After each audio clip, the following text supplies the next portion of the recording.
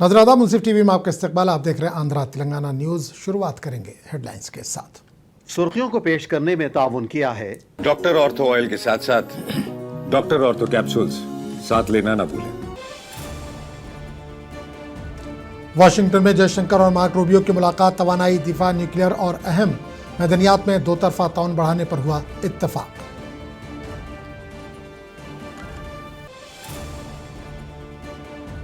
आंध्र प्रदेश में बजट की तैयारी तेज। वजीर खजाना पी केशव ने मुख्तलिफ महकमों के साथ की मुशावरत।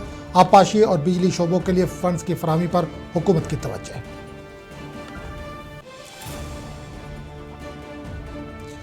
आंध्र प्रदेश काबीना का बड़ा फैसला। तिरुपति के घी में मुबैना मिलावट की जांच कमीशन ऑफ इंक्वायरी के सुपुर्द।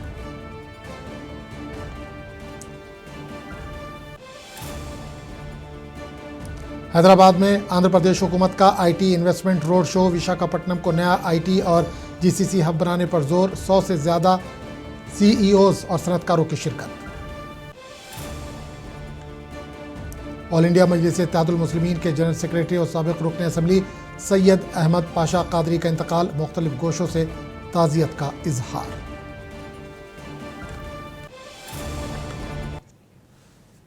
और अब खबरों की तफसील। ऑल इंडिया मजलिस इत्तेहादुल मुस्लिमीन के जनरल सेक्रेटरी सैयद अहमद पाशा कादरी का इंतकाल हो गया। वो 72 बरस के थे। अहमद पाशा कादरी कुछ अरसे से बीमार थे। अहमद पाशा कादरी मरहूम सुल्तान सलाहुद्दीन अवैसी के काबिल एतमाद और करीबी साथी थे। वो 4 मरतबा रुकन असम्बली रह चुके थे। इन्होंने हल्का चार मीनार और याकूतपुरा से MIM की नुमाइंदगी की। अहमद पाशा कादरी ने कई बरसों तक मजलिस से वाबस्तगी के दौरान पार्टी को मजबूत करने में अहम किरदार अदा किया। सदर मजलिस असदुद्दीन अवैसी ने कल रात मरहूम अहमद पाशा कादरी के घर पहुंचकर अफराद खाना को पुरसा दिया। अहमद पाशा कादरी के इंतकाल पर मुख्तलिफ गोशों से ताज़ियत का इजहार किया जा रहा है।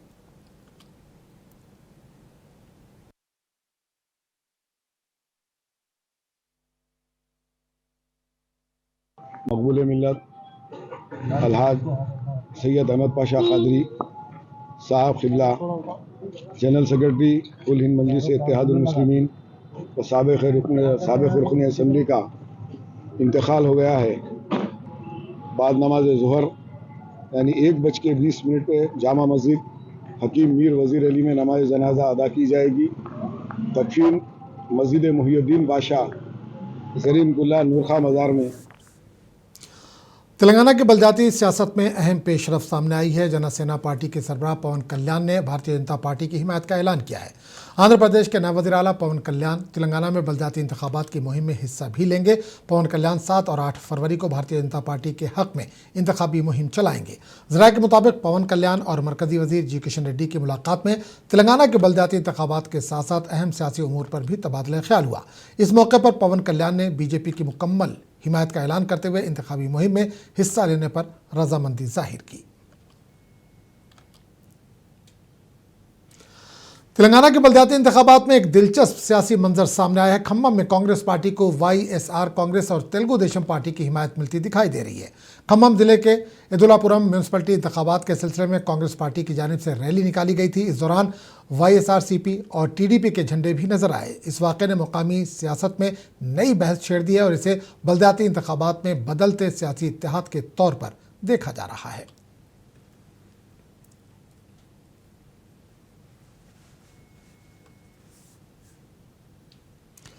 हुकूमत तेलंगाना ने फ़ोन टैपिंग मामले में बड़ी कार्रवाई की है। 2007 बैच के अफसर डी प्रणीत कुमार की तेज़ रफ्तार तरक्की मनसूख कर दी गई है। हुकूमत ने प्रणीत कुमार को DSP के ओहदे से डिमोट करके सर्किल इंस्पेक्टर बना दिया। हुकाम के मुताबिक अफसर पर कई तरह के इल्ज़ाम हैं। प्रणीत कुमार पर गैर कानूनी निगरानी के साथ साथ सरकारी निज़ाम से हार्ड डिस्क हटाने, कॉल डिटेल रिकॉर्ड्स और लोकेशन डेटा तक गैर मजाज रसाई जैसे संगीन इल्ज़ाम हैं। इल्ज़ाम है कि हसास नौयत जानकारियाँ निजी आलात में महफूज की गई और शवाहिद मिटाने के लिए डेटा हज़फ किया गया। वादे है कि पंडित कुमार को साबिक BRS हुकूमत के दौर में तेज़ रफ्तार तरक्की दी गई थी। ताहम फ़ोन टैपिंग मामला सामने आने के बाद इन्हें मुअत्तल कर दिया गया था। तेलंगाना के रियासती वज़रा ने वज़ीर आला रेवंत रेड्डी को मुबारकबाद पेश की। हार्वर्ड यूनिवर्सिटी के मशहूर कैनेडी स्कूल से लीडरशिप इन दी 21 सेंचुरी के एग्जीक्यूटिव लीडरशिप प्रोग्राम की तकमील पर CM रेवंत रेड्डी को मुबारकबाद पेश की गई। इस मौके पर रियासती वज़रा उत्तम कुमार रेड्डी, D श्रीधर बाबू, दामोदर राज नरसिम्हा, कोमट रेड्डी, वेंकट रेड्डी, जुपल्ली कृष्णा राव, नागेश्वर राव, कोंडा सुरेखा, पूनम प्रभाकर, सीता अक्का, विवेक वेंकटा स्वामी, मोहम्मद अजहरुद्दीन, एमएलसी महेश गौड़ और वज़ीर-ए-आला के मुशीर नरेंद्र रेड्डी और सरकारी मुशीर सुदर्शन रेड्डी मौजूद थे। तमाम लोग सीएम रेवंत को मुबारकबाद पेश करने उनकी रिहाइशगाह पहुंचे थे।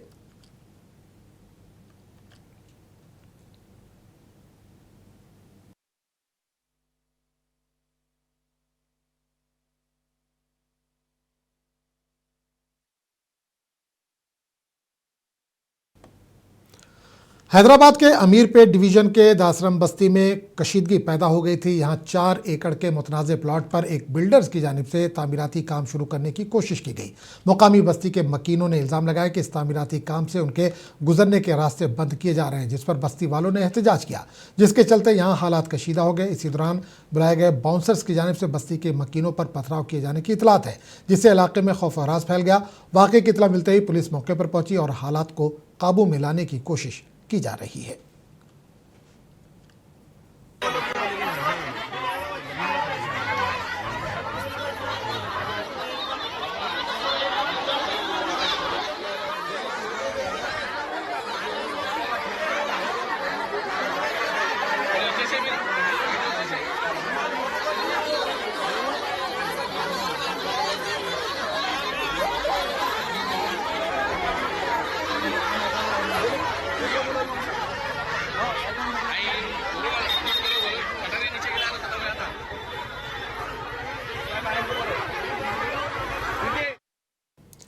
आंध्र प्रदेश में 2026-27 के माली साल के लिए सालाना बजट की तैयारियों का अमल तेज हो गया है। आइंदा असेंबली इजलास में बजट पेश किए जाने वाला है। इससे कबल वज़ीर ख़जाना पी केशव ने अमरावती सेक्रेटेरिएट में मुख्तलिफ महकमों के वज़रा के साथ अहम मशावरती इजलास मुनक़्क़िद किए। इन मीटिंगों में आबी वसाइल के वज़ीर डॉक्टर निर्मला रामा नायडू और तवानाई के वज़ीर गोटीपाटी रवि कुमार के साथ बजट तरजीहात पर तफसीली गुफ्तगू की गई। खासतौर पर किसानों को बर वक्त आबपाशी की सहूलत फराहम करने पर बात हुई और इसके लिए महकमे आबी वसाइल और बिजली महकमे के लिए दरकार फंड की फराहमी पर गौर किया गया।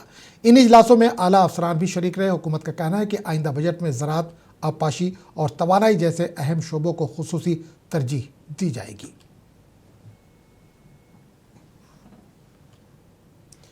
आंध्र प्रदेश को मुल्क का सबसे बड़ा कुदरती ज़राअत का खित्ता बनाने का अज़्म किया गया है। इस सिलसिले में रियासती हुकूमत ने बड़ा कदम उठाया है।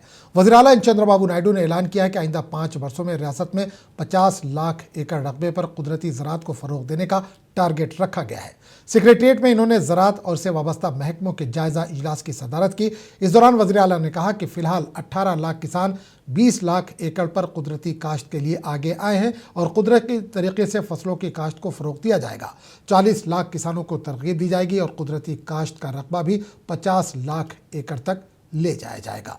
साल 2030-31 तक यह हदफ हासिल करने का मंसूबा है। इन्होंने कीमियाई खादों के इस्तेमाल में कमी, किसानों के अखराजात घटाने और बेहतर कीमत दिलाने पर जोर दिया।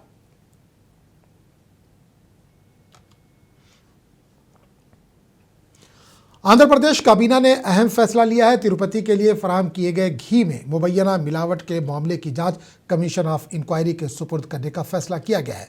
वज़ीर-ए-आला एन चंद्रबाबू नायडू की सदारत में मुनक़्क़िदा काबीना इजलास में इस मामले पर तफसीली गौर ख़ौस किया गया। काबीना ने स्पेशल इन्वेस्टिगेशन टीम की रिपोर्ट का जायज़ा लिया, जिसमें कई खामियों की निशानदही की गई। इसके बाद फैसला किया गया कि कमीशन ऑफ इंक्वायरी पूरे मामले की जामे जाँच करेगी। छानबीन में मुबैना मिलावटी घी की खरीदारी के अमल, टेंडर की शराइत और इंतजामी कोताहियों का अहाता किया जाएगा। आंध्र प्रदेश हुकूमत ने हैदराबाद में एक अहम रोड शो का इनेकाद किया। विशाखापट्टनम यानी वाइजाग को मुल्क के मशरकी साहिल पर आईटी और जीसीसी सरमायाकारी के लिए एक तरजीही मरकज़ के तौर पर इस रोड शो के मकसद से पेश किया गया था। आईटी ग्लोबल कैपेबिलिटी सेंटर्स को वर्किंग और आईटी इंफ्रास्ट्रक्चर से मुतालिक सरमायाकारी के फ़रोग के लिए यह इवेंट रखा गया। रोड शो में आईटी सर्विसेज, जीसीसीज, को वर्किंग और आईटी इंफ्रास्ट्रक्चर से वाबस्ता 100 से ज़ायद सीईओज़ और सीनियर सनअतकारों ने इसमें शिरकत की। इस मौके पर आंध्र प्रदेश के डिजिटल तरक्की की हिकमत अमली, सरमायाकार दोस्त पॉलिसियों, कारोबार में आसानी और विशाखापट्टनम की कम लागत, हुनरमंद अफरादी क़ुव्वत और मजबूत इंफ्रास्ट्रक्चर पर रोशनी डाली गई।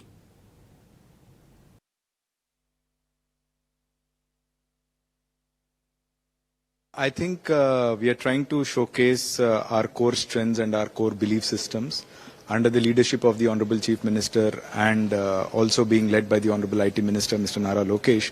I think the state is trying to position itself as the IT and GCC capital in the country, and we want to catch up to the AI wave, which is coming up in a big way.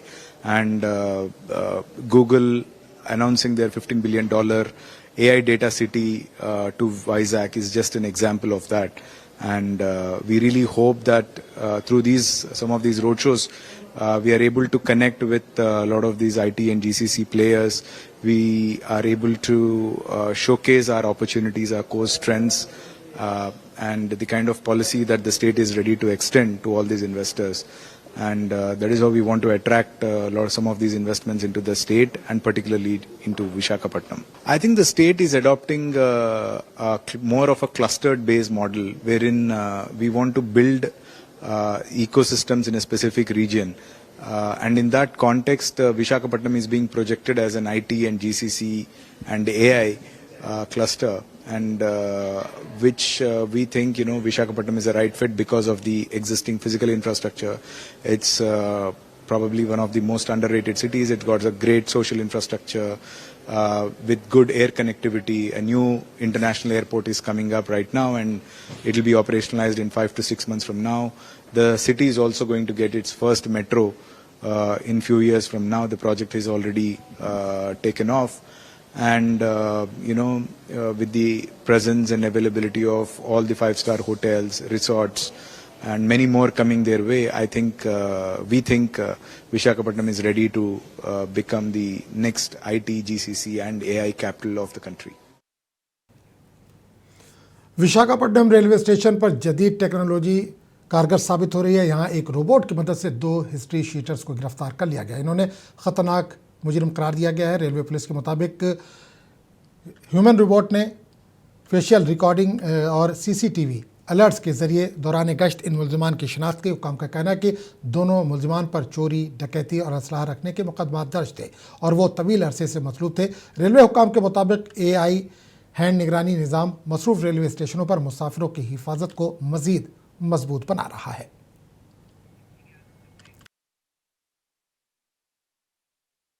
वज़ीर ख़ारजा S Jaishankar ने Washington में अमरीकी वज़ीर ख़ारजा mark Rubio से मुलाकात की। इस मुलाकात के दौरान हिंदुस्तान और अमरीका के दरमियान तय पाने वाले तजारती माहदे का खैर मकदम किया गया। दोनों रहनुमाओं ने तवानाई, न्यूक्लियर ताउन, दिफा और अहम मदनियात के शोबे में 2 तरफ़ा शराकत दारी पर तबादला ख्याल किया। वज़ीर ख़ारजा एस जयशंकर ने अहम मदनियात की तलाश और कानकनी में ताउन को बाज़ाब्ता शक्ल देने पर भी बातचीत की।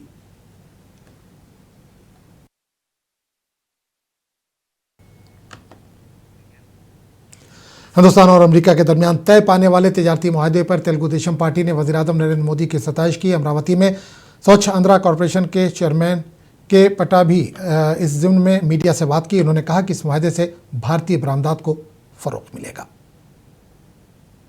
Telugu Desam Party, we thank and we congratulate the Honorable Prime Minister Shri Narendra Modi for concluding this trade deal with the United States, which resulted in the reduction of tariffs from 25% to 18%.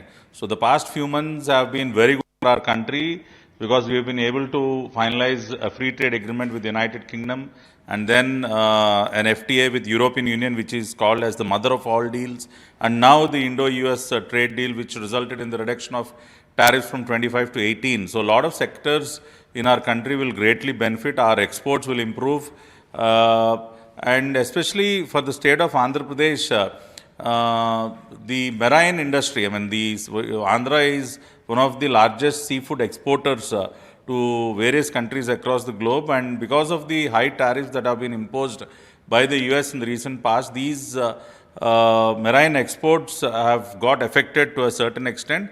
But now this is a big relief even for the marine sector, for the seafood exporters that are based out of Andhra Pradesh. So this will greatly benefit them and various other sectors also, especially sectors like textile and other sectors also will greatly benefit with the reduction of these tariffs. So the Telugu Desam Party, we appreciate the efforts of our Honorable Prime Minister Shri Modi ji and also our External Affairs Minister Shri Jai Shankar and our Commerce Minister Shri Piyush. Andhra Pradesh Congress ने Hind America तिजारती माहदे का खैर मकदम किया। विजयवाड़ा में Andhra Pradesh Congress committee के नायब सदर we गुरुनाथम ने media से बातचीत की। इन्होंने कहा कि अमेरिकी सदर ट्रंप की जानिब से भारतीय मसनूआत पर टैरिफ कम करना एक मुस्बत कदम है। Donald Trump has reduced the tariff to the 18% to the Indian imports to United States of America. So this is a very good thing, notable by all citizens of India, and the lot of things are being produced in India which are being exported to the United States of America. So all the industries are happy with this reduction of 18%. Previously, he used to say that he is going to implement a 25% and also penalty tariff of 50%, and all these things have now come down for various reasons. The exports. That means the imports to United States by United States is a fixed tariff of 18%. So happy, and there is a lot of there will be a lot of changes in the Indian economy also. But the other important sad thing is that we have agreed with America not to import crude oil from the Soviet Russia. So this is very bad, and hitherto the crude oil being supplied by the Soviet Russia is very cheaper, and now we have to purchase the crude oil from the American directions from Venezuela or some other places, and for the higher amounts. So 18% tariff is okay, but now the prices in India will increase tremendously by virtue of the import of the crude oil as directed by the United States of America by America, and because we are going to stop the crude oil importing crude oil from the Soviet Russia, and we are limited to. Washington में white house की press secretary ने अहम बात कही। इन्होंने कहा कि हिंदुस्तान ने नए तिजारती माहदे के तहत रूसी खाम तेल की खरीदारी रोकने का अहद किया और इसकी जगह अमेरिका से तेल खरीदने का वादा किया है। व्हाइट हाउस की प्रेस सेक्रेटरी के मुताबिक इस माहदे के तहत हिंदुस्तान मुमकिन तौर पर वेनेजुएला से भी तेल खरीदने पर गौर कर रहा है। Another great trade deal with India. He spoke with Prime Minister Modi directly. They share a very good relationship. India committed to not only no longer purchasing Russian oil, but buying oil from the United States, also perhaps from Venezuela too, which we know will now have a direct benefit on the United States and the American people. And in addition to that, Prime Minister Modi committed to $500 billion of investments into the United States, including for transportation, for energy, and for agricultural products as well. So this is another great trade. Hindustan की जानिब से रूसी तेल की खरीदारी रोकने के अमरीकी दावों पर आलमी माहिरीन ने शुकों को शुभात का इजहार किया। पोलैंड के इदारा बराए बैनुल-अक़वामी उमूर के सीनियर तज्ज़ियाकार पैट्रिक गोगेल का कहना है कि भारत के लिए रूसी तेल की दरामद मुकम्मल तौर पर बंद करना फिलहाल मुमकिन नजर नहीं आता। About complete stop of import of Russian oil by India. I believe we will observe the reductions in the quantity of oil imported from Russia, but it will not be halted completely until and unless India is provided with alternative sources of oil for a competitive price. I have been always arguing that the best way to deal with India's purchases of Russian oil is not by sanctioning India, but by helping India to find alternative sources of energy. And in this regard, the US is willing to supply more oil to India at the reasonable price. मरकजी वज़ीर तिजारत पीयूष गोयल ने अहम दावा किया है। उन्होंने कहा कि हिंदुस्तान को अमेरिका के साथ एक बेहतर और फ़ायदेमंद तिजारती मुआहदा हासिल हुआ है जिसमें ज़राअत और डेयरी शोबों के मफादात का मुकम्मल तहफ़्फ़ुज़ किया गया है। इन्होंने वाज़ेह किया कि इस मुआहदे में हसास ज़रूरी अशिया और डेयरी मसनूआत को शामिल नहीं किया गया है। पीयूष गोयल के मुताबिक ये मुआहदा हिंदुस्तान के मेहनत कशों पर मबनी बरामदी शोबों के लिए फ़ायदेमंद साबित होगा। इन्होंने कहा कि मुआहदे की तफ़सीलात जल्द मंज़र आम पर लाई जाएंगी।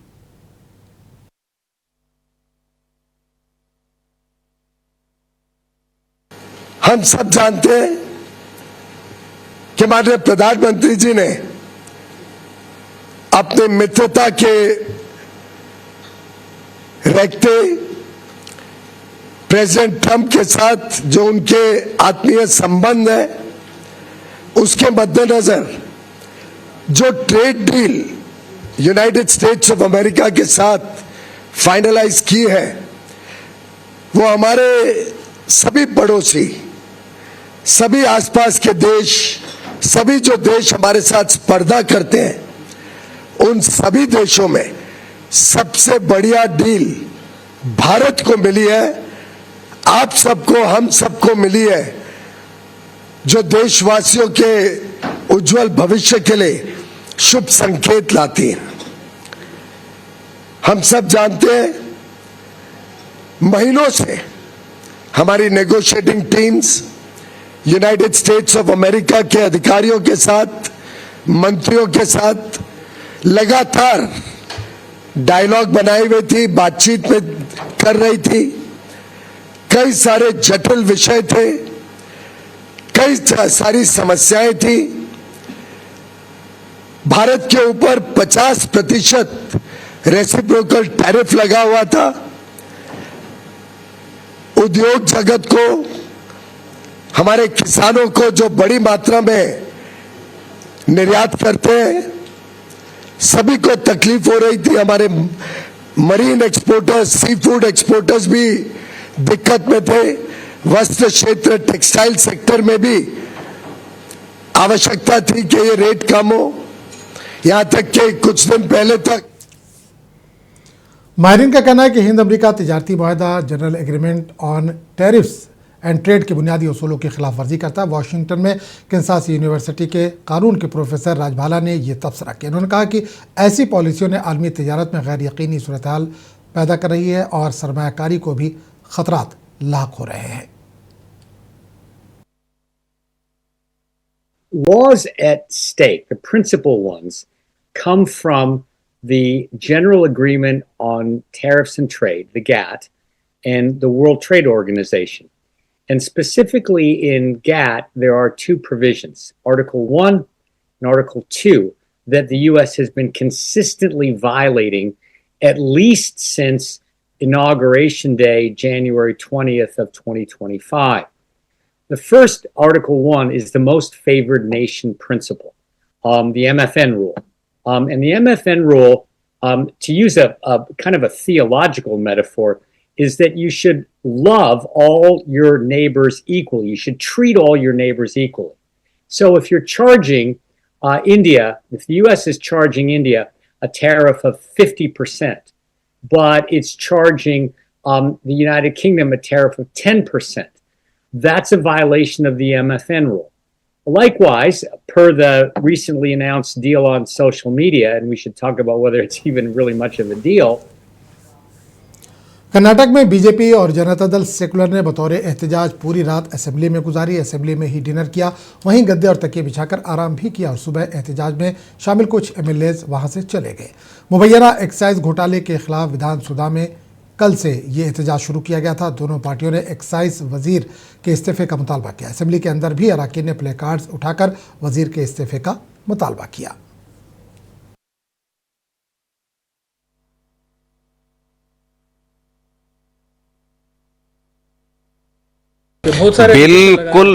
बिल्कुल रेसिग्नेशन देना ही चाहिए, क्योंकि पूरा कर्नाटक के वाइन मर्चेंट्स एसोसिएशन वो बोल रहा है हमारे पास पैसा पहुंच रहा है, कमीशन पहुंच रहा है बोल के वाइन मर्चेंट्स एसोसिएशन बोल रहा है। एक दूसरा, एक लाइसेंस देने के लिए वो प्लेस के कौन सा प्लेस है, कितना बिजनेस होता है, उसके आधार पर निर्भर है। 1 करोड़ से 2 करोड़ तक CL7 लाइसेंस को फिक्स्ड रेट है।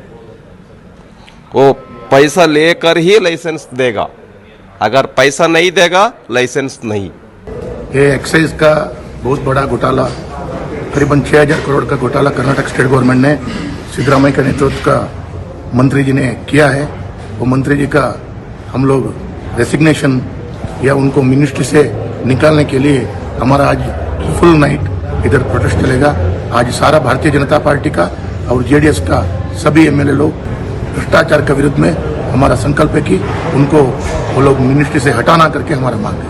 tune of around 6,500 crores to the minister and his son and a few connected officers also. When the discussion has happened in the floor of the house, we have given audio proofs, we have given document. तो इस bulletin में फिलहाल इतना ही। अगले bulletin में आपसे फिर मुलाकात होगी।